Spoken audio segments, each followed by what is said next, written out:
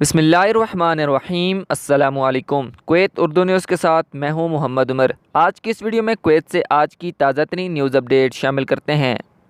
خبر ہے کہ کویت کے فیملی وزٹ ویزے کی معطلی کی وجہ سامنے آ گئی ہے۔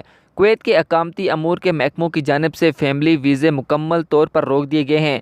رہائش کے شعبے کے انڈر سیکرٹری اور رہائشی امور کے جنرل ڈائریکٹر اور ان کے معاون کی جانب سے صرف محدود ویزے جاری کیے گئے ہیں، کیونکہ 20,000 غیر ملکیوں نے وزٹ ویزوں کی خلاف ورزی کی۔ وہ دورے پر کویت آتے تھے اور اپنے دورے کے اختتام کے بعد وہاں سے واپس نہیں جاتے تھے۔ فیملی وزٹ ویزے کا دوبارہ آغاز نائب وزیر اعظم اور وزیر داخلہ کے ہاتھ میں ہے، اس لیے یہ معلوم نہیں ہے کہ ویزے دوبارہ کب کھولے جائیں گے۔ تاہم کمرشل وزٹ ویزے بند نہیں ہوئے ہیں۔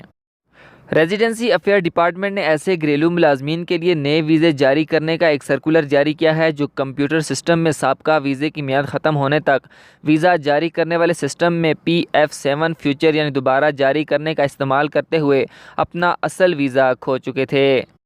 اگلی خبر کی جانب بڑھتے ہیں کہ گزشتہ ہفتے بدھ کے روز صبح 3 بجے سے شام 7 بجے تک المطلع میں معائنے کے دوران خراب حالت سیکنڈ ہینڈ گاڑیوں کے مالکان کے لیے یہ ایک ڈراؤنا خواب تھا اور الابدالی سڑکوں پر ڈرائیوروں کے لیے درست ڈرائیونگ لائسنس کے بغیر گاڑی چلانے والوں کو گرفتار کر لیا گیا۔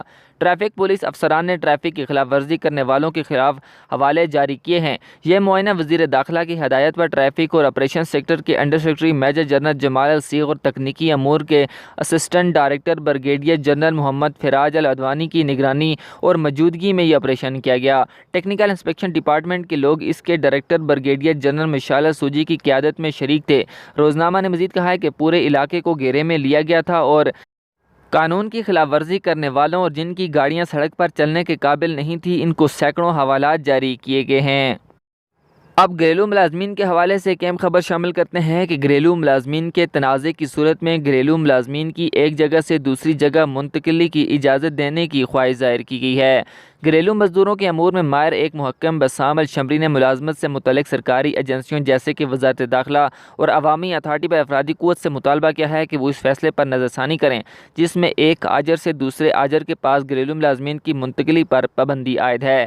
روزنامہ لمبا کی رپورٹ کے مطابق دونوں فریقوں کے درمیان تنازع اور آجر کے ساتھ کام جاری نہ رکھنے اور تمام قانونی ضمانت شدہ حقوق محفوظ رکھنے کے لیے کارکنوں کے اصرار کی صورت میں دوسرے کو ایک کفیل سے دوسرے کفیل کے پاس جانے کی اجازت ہونی چاہیے۔ اگلی خبر کی جانب بڑھتے ہیں کہ جھوٹی یا گمراہ کن خبروں کو شائع کرنے پر منسٹری آف انٹیریئر نے خبردار کر دیا ہے۔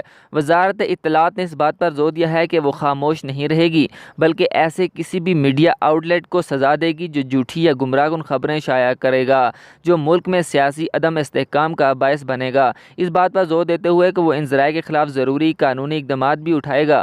روزنامہ الجریدہ کی رپورٹ کے مطابق متعلقہ قوانین کے مطابق وزارت کے ترجمان انور مراد نے گزشتہ روز ایک بیان میں اس بات کی تصدیق کی ہے کہ بعض ذرائع ابلاغ میں شائع ہونے والی خبروں اور حکومت کے متوقع تشکیل کے بارے میں جھوٹی اور گمراہ کن خبروں کے تناظر میں وزارت اس بات پر زور دیتی ہے کہ قانون پر عمل درآمد میں کوئی ہچکچاہٹ نہیں کی جائے گی۔ خبر کی اشاعت میں خلاف ورزی کرنے والوں کے خلاف پوری سختی کے ساتھ نپٹا جائے گا۔